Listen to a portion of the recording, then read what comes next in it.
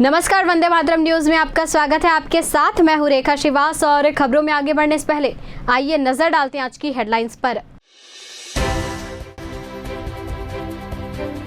Cyber अपराध के हर सप्ताह 1 दर्जन मामले आ रहे सामने।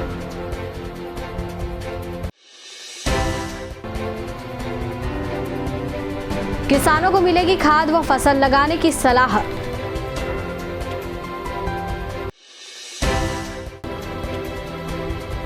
ग्रामीण 5 किलोमीटर पेयजल के लिए तय कर रहे सफर। अब खबरें विस्तार से। पुलिस विभाग का साइबर सेल लोगों को साइबर अपराध से बचाने के लिए लगातार जागरूकता अभियान चला रहा है। स्कूल कॉलेजों में सेमिनार का आयोजन किया जाता है। अनजान नंबर से आने वाली कॉल और मैसेज की अनदेखी करने की सलाह देने के साथ ही किसी भी प्रकार की OTP नहीं बताने का आग्रह किया है। प्रति सप्ताह 10 से 15 साइबर अपराध के मामले सामने आ रहे हैं। देखिए, शहर में हम लोग जैसे साइबर क्राइम को रोकने के लिए अलग अलग स्कूल कॉलेज में बीच बीच में सेमिनार करते हैं, जहां हम स्टूडेंट हो गया, जो बिजनेस क्लासेस लोग हो गए, उनको स्टूडेंट के जैसे साइबर बुलिंग के संबंधित जो किस प्रकार से अपराध होते हैं, कैसे इंस्टाग्राम यूज करना है, कैसे सोशल मीडिया का उपयोग करते हैं, उस तरीके से सारे लोगों को हम अवेयरनेस कर रहे हैं ताकि उसमें ज़्यादा ज़्यादा साइबर क्राइम होने से बचाया जा सके। बैंक से पैसा नहीं निकलता है उसके लिए, जैसे बैंक से रिलेटेड जैसे क्रेडिट कार्ड हो गया, क्रेडिट कार्ड इश्यू होते हैं तो कोई अन्य नंबर से फ़ोन आते हैं, उससे क्रेडिट कार्ड की जानकारी लेकर उनसे OTP के जानकारी लेकर उनसे फिर क्रेडिट कार्ड के माध्यम से पैसे निकाला जाता है। तो मैं लोगों को अवेयरनेस करना चाहता हूँ कि इस तरीके से जैसे क्रेडिट कार्ड होता है, कोई अन्य नंबर से फ़ोन आता है तो सतर्क रहे कि बिना किसी बैंक OTP कभी नहीं मांगता है, तो उससे सतर्क रहें ताकि आप अपने पैसे को सुरक्षित कर सकें। इस वर्ष कितनी समस्याएं आई हैं और कितने का निराकरण किया जाए? देखिए, हम साइबर तो ऐसा चीज़ है जो अवेयरनेस के अभाव में बहुत सारे लोग ठगाते रहते हैं। अधिकतर लोग शहरी क्षेत्र के जो बिजनेस क्लास हो गए या मध्यम वर्गीय परिवार या जो नौकरी पेशे वाले लोग भी अधिकतर ठगाते हैं। लगभग हफ्ते में तो 10-15 केसेस तो आ ही जाते हैं। कई बार देखा जा रहा है तो वीडियो कॉल से भी ब्लैकमेल। हाँ, तो अभी जैसे करते हैं सोशल मीडिया के माध्यम से, जैसे फेसबुक हो गया, इंस्टाग्राम हो गया, व्हाट्सअप हो गया, जिसमें दोस्ती करते हैं अनजान नंबर से, फिर उसके बाद उसको लुभाने टाइप चैटिंग करते हैं, फिर वीडियो कॉलिंग करते हैं, फिर वो अश्लील हरकतें करते हैं, फिर उससे की एक स्क्रीन रिकॉर्डिंग करके उसको ब्लैकमेलिंग के केस करते हैं। फिर वो क्या करते हैं, वो पैटर्न कभी वो रिपोर्ट करने के नाम से, कहीं उधर से क्राइम ब्रांच के नाम से फ़ोन आते हैं, फिर वो बोलते हैं कि आप सेटलमेंट करो नहीं तो आपको इतना पैसा देने हैं, ऐसे करके उसको ब्लैकमेलिंग करके बहुत सारे अमाउंट डलवाते हैं। तो इससे बचे, क्योंकि वहाँ से जो कॉल करते हैं कोई पुलिस वाले नहीं रहते हैं, कभी पुलिस को भी डायरेक्ट किसी प्रार्थी से पैसा नहीं मांगा जाता है, और इस तरह से जो वायरल वीडियो से बचे और जी ज़्यादा से ज़्यादा उस टाइप कॉलिंग को इग्नोर करे, ब्लॉक करे, और कभी भी पैसे की डिमांड करे तो ना दे। अब तक हम लोग बहुत सारे केसेस सुलझाए हैं, जिसमें लोगों का जो संबंधित अकाउंट में जो पैसे ट्रांसफ़र हुआ रहता है उसको ब्लॉक करते हैं NCR पोर्टल के माध्यम से, फिर उसको प्रार्थी के अकाउंट में फिर डलवाने का जो कार्रवाई आगे का जो करते हैं। तो इस सारे जैसे समथिंग हम लोग 50-60 लाख रुपये का वापसी करा चुके हैं 2 साल के अंदर में, और करीबन बहुत सारे केसेस अभी भी चल रही है जो वापसी का पैसा वापसी है। जिले में 8000 किसानों के खेतों की मिट्टी के परीक्षण का लक्ष्य रखा गया है। हर ब्लॉक में 1600 किसानों के खेतों का मिट्टी परीक्षण किया जाएगा। रिपोर्ट के आधार पर किसानों को सलाह दी जाती है कि कितनी खाद का उपयोग करना है और किस फसल को लगाने से लाभ मिलेगा। इससे मिट्टी की उर्वरा शक्ति का भी पता लगता है।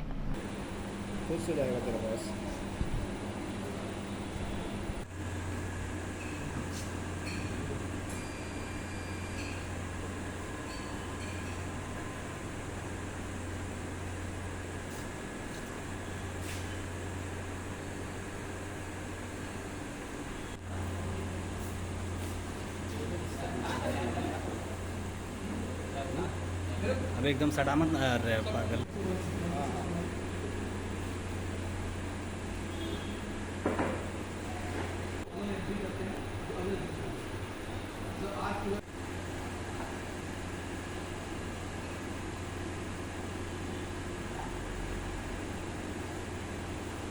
अभी हम लोगों को सॉइल हेल्थ कार्ड योजना अंतर्गत 8,000 किसानों का जो है सॉइल सैंपल कलेक्ट करके उनको रिपोर्ट कार्ड देना है। अभी जो है हम लोग 8,000 जिले का लक्ष्य है, उसमें हम लोग 1600 जो है 500 ब्लॉकों को लक्ष्य दिया गया है। अभी सॉइल सैंपलिंग का कार्य चल रहा है। अभी जैसे ही उनका सॉइल सैंपल कलेक्शन हो जाएगा, ऑनलाइन कलेक्शन होता है, उसके बाद जो है उसका रिपोर्ट जो है हम लोग किसानों को जल्दी से जल्दी दे देंगे।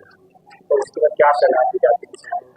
इसमें जैसे किसानों को जो उनका जो खेतों पे जाकर उनका सैंपल लिया जाता है ग्रामीण कृषि विस्तार अधिकारी के द्वारा, उसको जो है जो सैंपल होता है उसको विश्लेषण के लिए हमारे मृदा परीक्षण प्रयोगशाला में भेजा जाता है। फिर उस पर जो है 12 पैरामीटर पे हम लोग उनको रिपोर्ट देते हैं, जिसमें आपका पीएच रहता है, गुड चालकता रहता है, माइक्रो न्यूट्रिएंट रहता है, एनपीके माइक्रो न्यूट्रिएंट रहता है, और आपका इस प्रकार 12 पैरामीटर पे हम लोग उसमें जानकारी देते हैं।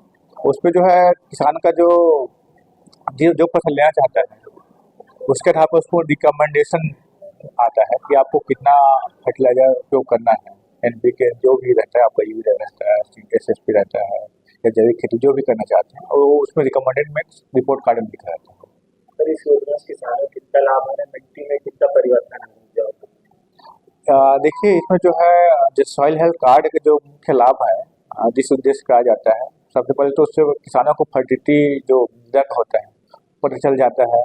तो फर्टिलिटी का जहाँ पर उनको पता ये होता है कि किसान जितना उर्वरक की आवश्यकता होता है, उसमें जितना नाइट्रोजन या फास्फोरस या पोटास या कार्बनिक जो भी कम रहता है, उसके हिसाब से जितना आवश्यकता होता है उतनी खाद डालेगा। तो जो व्यर्थ जो फर्टिलाइजर डालता है उसका जो पैसा होता है वो बच सकता है।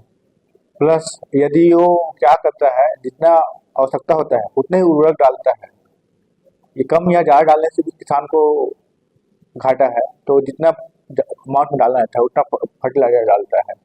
इससे एक और लाभ होता है, यदि हम लोग जो अनावश्यक जो उर्वरक डालते हैं जिससे भूमि पर या मानव मृदा स्वास्थ्य पर जो प्रभाव पड़ता है, उससे बचा जा सकता है। भीषण गर्मी में शहरी और ग्रामीण क्षेत्रों में पानी की समस्या बनी हुई है।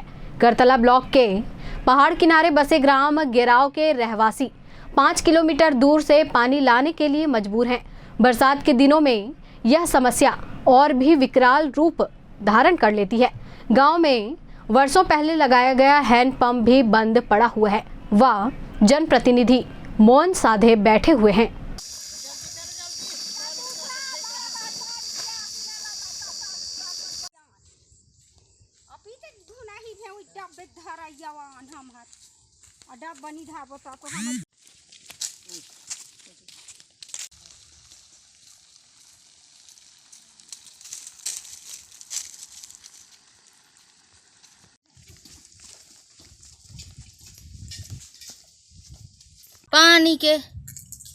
पानी दूर ल जथान 5 किलोमीटर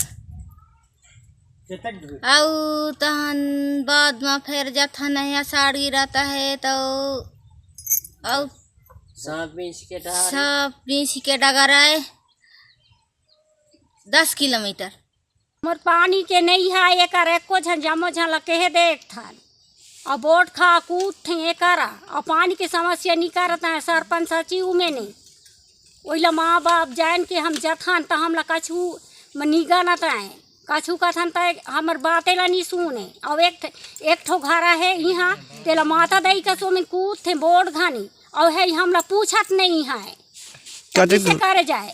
कतक दूर है पानी ले जात 5 किलोमीटर ला जथान और वहाँ दी ले भाले दूर ला जाबो और हाजी तो हमला खोनवे दिया है दूसर झान ओला पिया था ना वहाँ दिन तो मरना हो सांप गोमी बीछी हाथी घोड़ा दुनिया भालू बंदर सब भेंट ठन हम। बजरंग दल के कार्यकर्ता सुजीत सोनी की बलरामपुर जिले में हत्या किए जाने और आरोपियों की पकड़ने की मांग को लेकर कोरबा में बजरंग दल ने न्याय यात्रा निकाली। निहारिका चौक से प्रारंभ हुई न्याय यात्रा कलेक्टर को ज्ञापन देने के बाद समाप्त हो गई।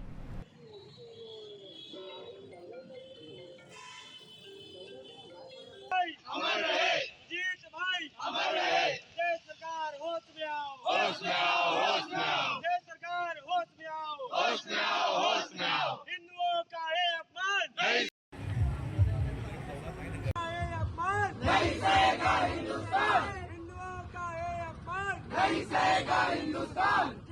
हथियारों को जूता मारो सालों को, जीत के हथियारों को जूता मारो सालों को। जीत भाई अमर रहे, जीत भाई अमर रहे। आज जो बलरामपुर में हमारे बजरंगी भैया सुजीत सोनी के साथ जो निर्मम हत्या हुई है, उनके विरोध में हमारे बजरंग दल के कार्यकर्ता उसके जो भी कार्यवाही होनी है उसमें विलंब हो रहा है। और ये बजरंग दल का एक अपमान है कि इतनी बड़ी घटना होने के बाद शासन प्रशासन अपने प्रदेश की सरकार चुप बैठी हुई है। ये बड़ा ही आश्चर्य लगता है कि ये लोग करना क्या चाहते हैं। जब इतनी बड़ी घटना हो गई तो पूरे हिंदू समाज को पूरे सड़क पर आ जाना चाहिए और पूरे जो हत्यारे हैं उनको पकड़ के तो चौराहे पर लटका के मारना चाहिए। हमारे साथ ये विडंबना क्यों हो रही है ये समझ में नहीं आता। हमारे बजरंगी अपने निस्वार्थ रूप से समाज की सेवा करने के लिए अपने आप को पूरे समर्पित करते हैं और ये विधर्मी जब जी में आता है हमारे बजरंगियों का यह अपमान करता है, ये अब हम नहीं सहेंगे।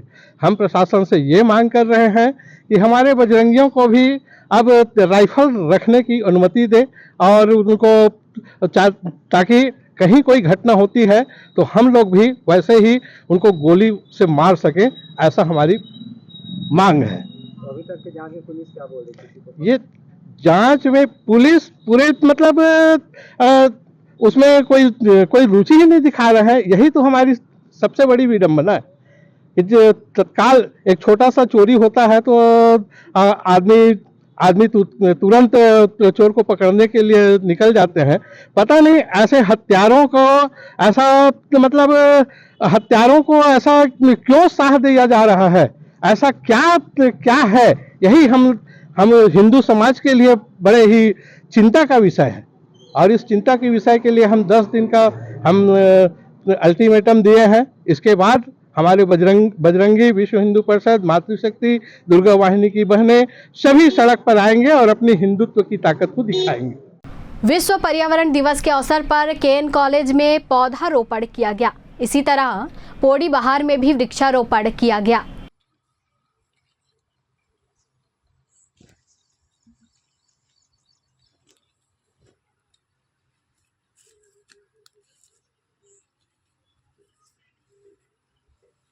कोरबा जिले के ग्रामीण क्षेत्र वनों से घिरे होने के कारण अभी भी कई स्थानों पर बिजली नहीं पहुंच पाई है।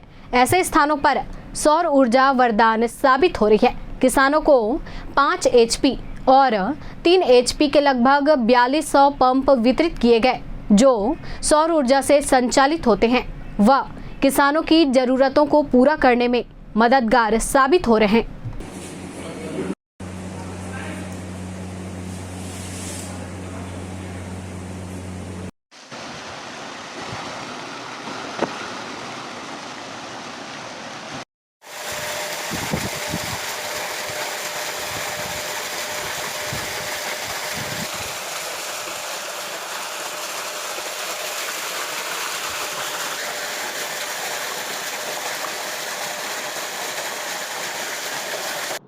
मैं बताना चाहूँगा ज़िले में आज की स्थिति में अगर देखें हम तो लगभग 4200 से 4300 विभिन्न क्षमताओं के सोलर पंप की स्थापना की गई है, जिसमें किसानों को 3 HP और 5 HP क्षमताओं के पंप का इंस्टॉलेशन करके दिया गया है। ऐसे कृषक जिनके भूमि रकबा कम है उनको 3 HP का पंप दिया गया है, जिसमें वो अपने 2 से 3 एकड़ भूमि में सिंचाई करते हैं और 12मासी फसल लेते हैं। और जो थोड़े बड़े कृषक हैं जिनकी भूमि ज़्यादा है, लगभग 5 एकड़ भूमि है, उनको लगभग 5 HP का पंप क्रेडा द्वारा प्रदान किया गया है।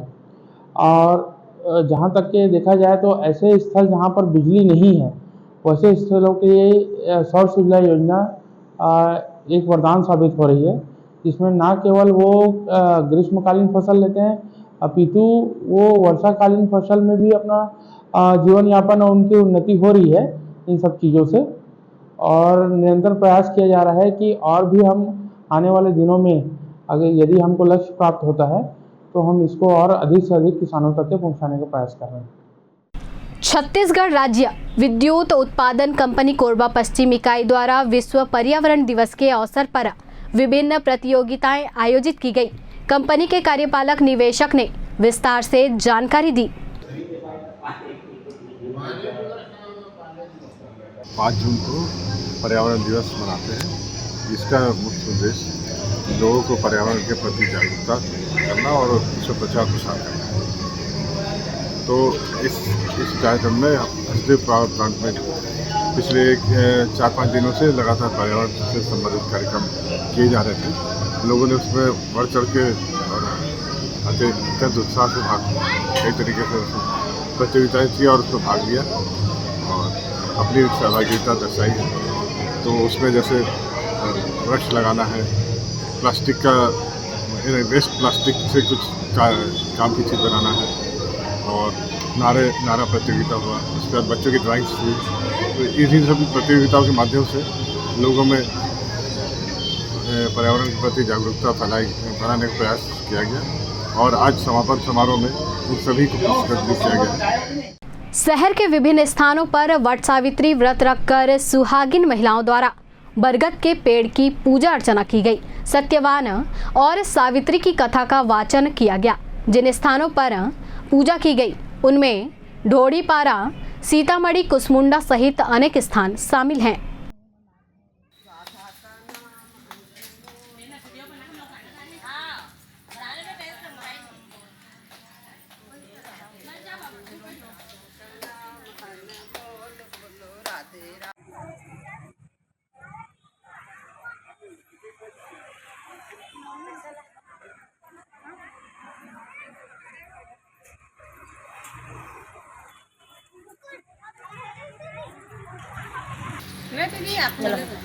बोलिए सती सावित्री मैया की जय, सत्यवान की जय। आज महिला इसलिए उपवास रहती हैं, अपने पति के लंबे दीर्घायु के लिए रहती हैं और सभी महिलाएं चना का भोग लगाती हैं।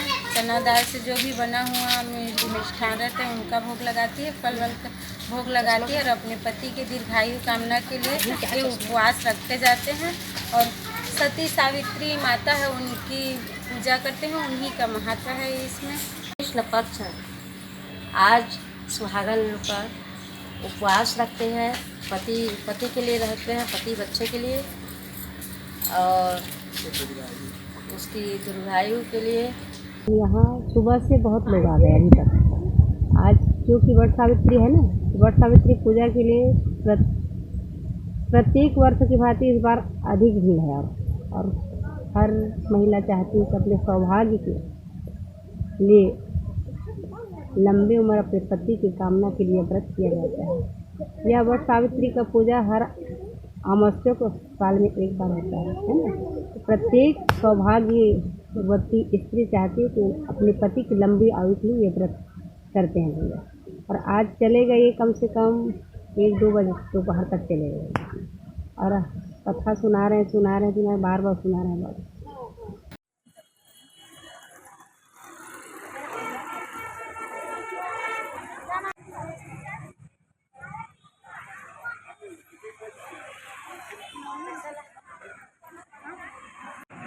बताइए।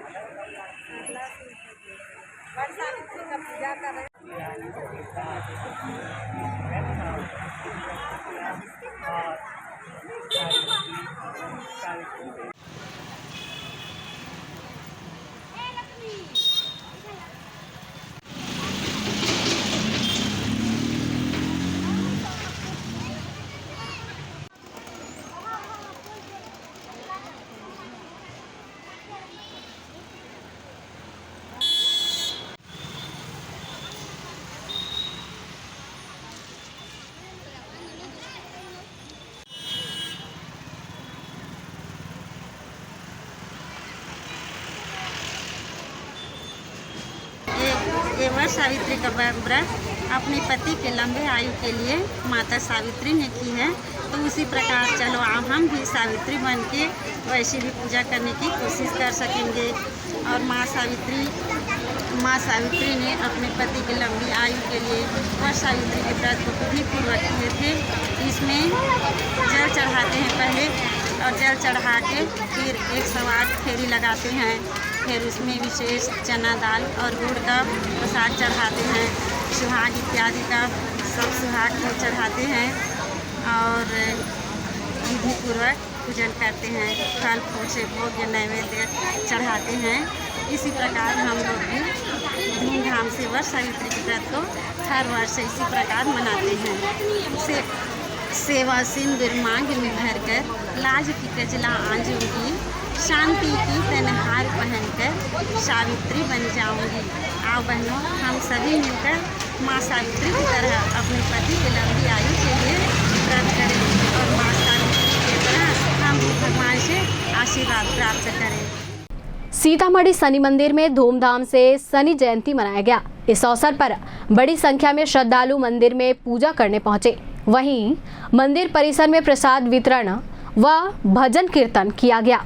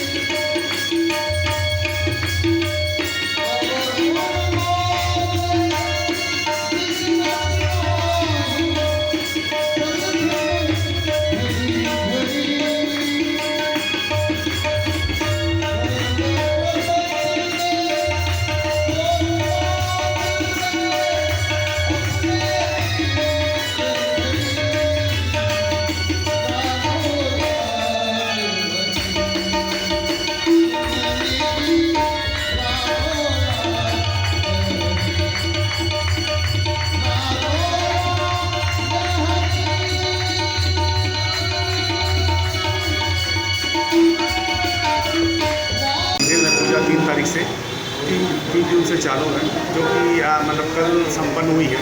5 तारीख और 6 तारीख को शनि जयंती के रूप में हर वर्ष की भांति जो अपन शनि जयंती में जैसा भोग भंडारा और पूजा से जो होती है, वो सब व्यवस्थाएं जो वैसी चालू है। साधु संतों के द्वारा भी पूरी भरपूर मंदिर में सेवा की जाती है। बाहर से भी साधु संत आते हैं, उनकी भी सेवा की जाती है। और भंडारा भी जो व्यवस्थाएं हैं, तो बाहर में 1:30 बजे भंडारा है, 12:30 बजे भगवान को पहले भोग लगता है, उसके बाद 1:30 बजे भंडारे की व्यवस्था रहती है। शाम को महाआरती है, महाआरती में भगवान को 56 भोग भी लगता है।